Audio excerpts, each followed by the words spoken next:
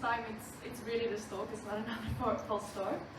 So I'm a PhD student at the Eindhoven University of Technology, and I work there in collaboration called MTech, which is with the university, Philips Research, and then a hospital in the region, in my case, Maximum Medical Center, which is a mother and child care hospital.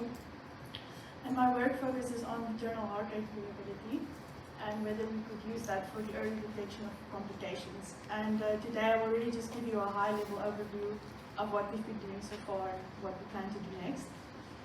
So pregnancy, as you all know, is a very, very common condition. So there are more than 100 million pregnancies every year. And of these, 10 to 15%, depending on where you are in the world, will develop complications. So that's really a very large number. And although these complications do vary in severity, they can result in mortality and morbidity for both the mother and the fetus. And one of the problems that we have in reducing the burden of these diseases is that we cannot detect them early enough, so we typically only detect them after the ideal window for intervention has already passed. So to give you an example, if you think of hypertensive disorders in pregnancy, characteristically we diagnose them after 20 weeks of gestation, but ideally we would want to start sort of treatment for them before 16 weeks. So because of problems like these, there's a real interest in how can we detect these complications earlier, perhaps using some sort of subclinical signature, so something that we can see before the symptoms start manifesting. And we don't really know exactly what causes these pregnancy complications, so that makes it a bit difficult to find early markers for them. But something that we do know is that they are associated with autonomic dysfunction. So your autonomic nervous system is a system in your body that's controlling all the involuntary processes, like your respiration and your heart rate. And during pregnancy, all of these processes need to adapt continuously as pregnancy progresses. So you can imagine your autonomic nervous system is playing a very important role in facilitating that. So when it's not able to appropriately adapt to pregnancy, it's linked to a pregnancy complication. So we can potentially try and investigate or track maternal health using measures of autonomic activity. And luckily we already have a method that's fairly regularly used, which is heart rate variability. And it is also an actionable solution in the sense that all you really need to track this is some sort of heart rate monitor where you can have the interbeat values, and we already have many of them available. And they are typically non-invasive and could be used for longitudinal assessment. So if we think here what is sort of our dream scenario, it could be that if someone is pregnant, we could give them a wearable heart rate monitor, and then we can track them during pregnancy. And based on the knowledge that we have about heart rate variability in healthy and complicated pregnancies, we could pick up, okay, when do the heart rate variability values vary from what we expect in a normal pregnancy, and then we can classify a woman as high risk and get her the help and support that she needs. Well, as always, when you try to bring sort of a dream situation into reality, there are some obstacles. But for us, there was more of a wall than an obstacle, because what we found is that actually this knowledge that we need to build towards a solution is not really there. So using heart rate variability in perinatology is not rare, but the focus is really on the fetus, and if it's on the mother, it's already directly aimed at pregnancy complications. So we actually have very little idea of what heart rate variability looks like during a healthy pregnancy. So we had to really zoom out to try and tackle this problem. So what we did is we stepped back and we said, okay, first we need to start by looking at what are the differences in heart rate variability between pregnant and non-pregnant women. And from there we could move to what are the factors affecting heart rate variability in a healthy pregnancy. So if we want to monitor it, what do we need to account for? And then last, we can actually move to the differences between healthy and complicated pregnancies. So this is where we started, and for today I will tell you briefly about this first part, and in future work I will make some mention of this, since that's where we are at the moment. So firstly, if we compare pregnant and non-pregnant women, there is some literature available on this, but they use typically very small groups, so it's about 10 to 20 participants in a group. So we did our own analysis. we had about just under 300 women in our pregnancy and our control groups. And these results are just to give you an indication of what we found, which is that heart rate variability features are really very different between pregnant and non-pregnant women. So, as an example, this is P, which we link to vagal activity, and alpha 1 from a determinant fluctuation analysis, which we link to complexity or regularity. So what we find here is that vagal activity reduces and sympathetic activity increases, and this is mostly in line with what we see in these smaller studies, as well as other areas of research, so looking at microneurography or cardiac reflex tests. And then we also find that heart rate complexity really decreases, and that's not something that has really been reported before. And what we conclude from this is that pregnant and non-pregnant women are really autonomically distinct from each other. We cannot treat them as equal in this way. So what we then set out to do next was to try and understand how basic parameters or demographics affect heart rate variability in pregnant women. For this, we used some statistical modeling to try and unravel the effect of different factors. And what we found was that well, heart rate has a very dominant effect on heart rate variability, which is understandable. And then also we have to account for breathing rate, gestational age, and age. And in fact, BMI and parity seem to have no real effect. What we also did in addition to this, we performed also a data set of about 300 healthy pregnant women. We also looked at a data set a bit smaller, which had repeated measurements throughout pregnancy. And by looking at this and modeling this, we could get some estimate of the inter-subject variability. So how much does it matter that each participant is sort of unique and they have their own baseline heart rate variability measures? And what we found is that depending on the feature you use, about 1/3 to 2/3 of the variability is explainable just by the fact each person has their unique baseline. So from this, we concluded that if you were to use heart rate variability to track maternal health, you would have to do it in an individualized way where you track them long-term throughout pregnancy. That would be preferable to having some spot measurement where you compare against the normative range, because you already struggle to find what is the normative range. So next, we also looked at gestational age and how that affects heart rate variability features. And what we found here is, well, firstly, we looked at quite a variety of features. We wanted to understand which one are more sensitive to gestational age. So that's also why I show you these features here, sample entropy, PFA. And what we found is that complexity features seem to be the most sensitive to gestational age.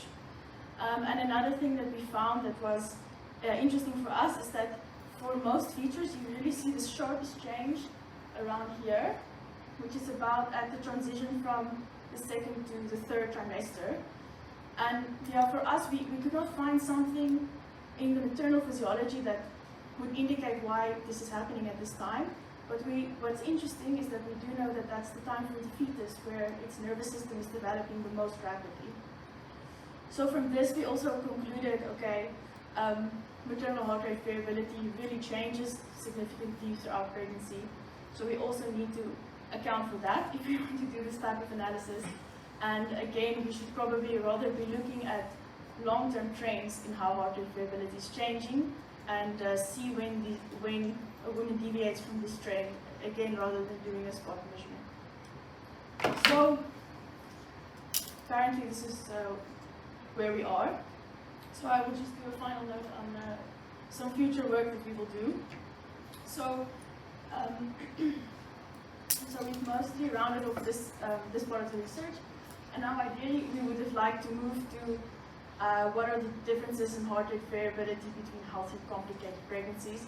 But another roadblock that we found here was that, so in studies that were looking at women with pregnancy complications, they already had these complications. And because of this, they already received a bunch of medications that are part of their routine care. So if you look at these studies, often they list as a limitation. We found these differences, but it should be noted the women also received the corticosteroids, for example, and we don't know what that does. So to that end, we also set up and performed a study, which we've just rounded off, to gather data so that we can actually try and understand, okay, how much does it matter that we are administering these medications, and can we find sort of a good window where we can test actually what are the differences between the healthy and complicated pregnancies. Yeah, and that's where we are at the moment. So thank you. If you have any questions.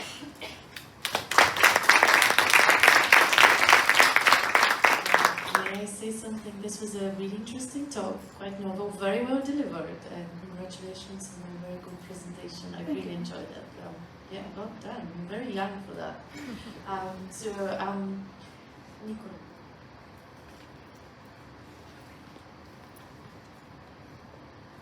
Hi, very nice talk. I'm glad to see that there's more and more interest in moms, which also play a role in all this, a critical one. I was wondering if you have thought about the role of maternal mental health in this picture, as we know that that can have an impact on heart rate variability and many of that. So I don't know if you have data on that, if you collect any questionnaire during pregnancy to track, again, maternal mental health, which could be many different things.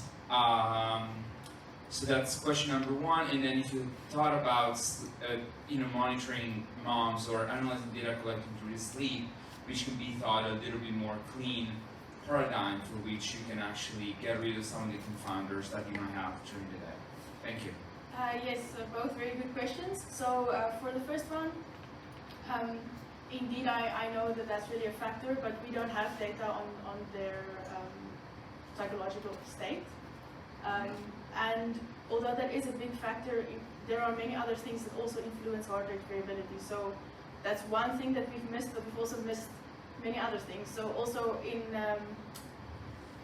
like here, where we try to unravel these factors, we also acknowledge, okay, we are missing a lot of things. We missed the maternal psychological state, we missed socioeconomic factors. There could be many other things also influencing it. But we sort of also, with this, we're thinking about what you typically have if you are assessing a pregnant woman. And these are the factors that you can easily get. So if you go for a routine checkup for your pregnancy, for example, yeah, I don't know how much information they take about your stressed state. So that was sort of the focus, and also we didn't have it, to answer your question. And then also a note on the data that we used, which is just maybe interesting to mention here, is the majority of the data that we used is actually a secondary analysis of studies performed focused on the fetus. So this is from non-invasive fetal ECG measurements that we use the maternal data. So that's also in some cases why we don't necessarily have exactly what we would like. So that's your one question. Then the other question is, so here, so what we did for these first two is we used ECG because this is the golden standard if you are looking at heart rate variability. But in our scenario, we would be using response PPG. That's the most practical if you want to track. So we are now moving to PPG studies, or using PPG data, and we are doing exactly that. We have data during the night because that's the most standardized, and we are now working to sort of understand, okay, how much do we account for the sleep stages? Do we try to look into a certain period at night and use that for evaluation? So we are working at that on the moment. All right. Thank you very much. You're welcome.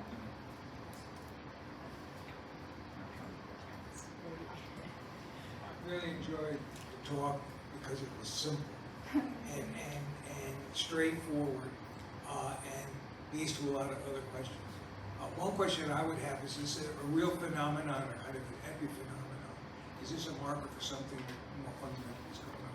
As an example, what's the relationship between B2B variability and maternal blood pressure?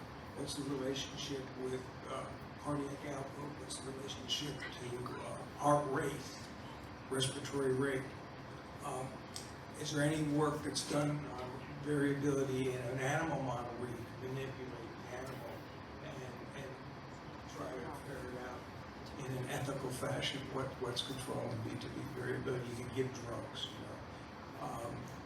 You could restrain a sheep and make it sleep on its right side or its left side or on its back because that may be affecting all this. But I like this a lot. This is very good. We've been hung up on field B2B variability a long time. It's nice to see somebody looking at the mother. Thank you. So there are many questions that you have. So let me try one by one. So firstly, indeed, heart rate variability is basically linked to everything. So you will have relationships between that and blood pressure, cardiac output. But for us, we are really looking towards what is a practical solution for monitoring. And you will not monitor blood pressure throughout pregnancy, definitely not cardiac output. So for sure, there are some relationships between these variables, but for our work, it's not of interest really. Only in the sense of, for example, if in hypertensive disorders of pregnancy, right, you have this increased blood pressure, and also we know you have increased sympathetic activity. So ideally, this could help you pick up that complication earlier if you are tracking features of sympathetic activity and those are elevated. But as for the direct relationships, we've not investigated. Then I think it was about animal models. So indeed, things like on which side you are sleeping, they do affect your heart rate variability. But at some point, it becomes a bit impractical to account for everything. And I don't know. There are many animal models on heart rate variability where they sort of reduce the vagal activity or sympathetic activity, but insofar as those models are of pregnant animals, not that I know of, but I may be wrong. And if so, typically it focuses on the fetus, right, not on the mother. Do I have everything? Yeah, I mean, I think it's a roadmap. Like proto sheep, there are many paths back. Yes. To a marker, and there are many things that might be implicated that either are cause or effective.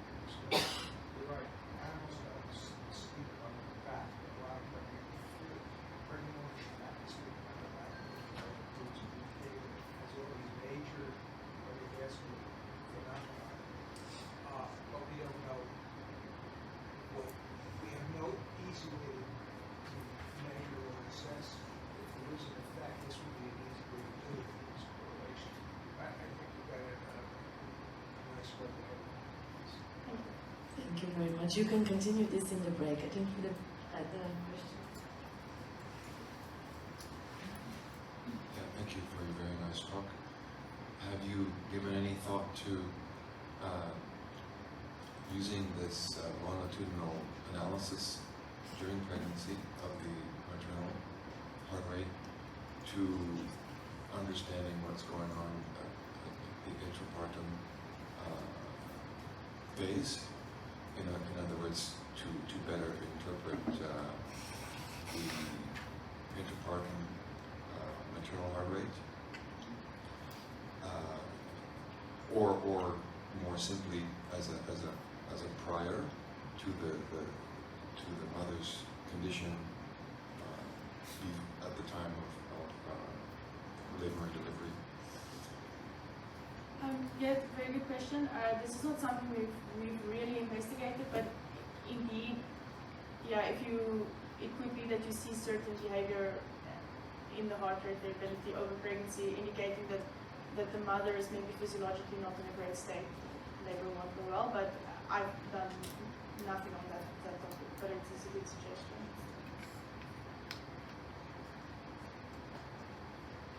Should we let them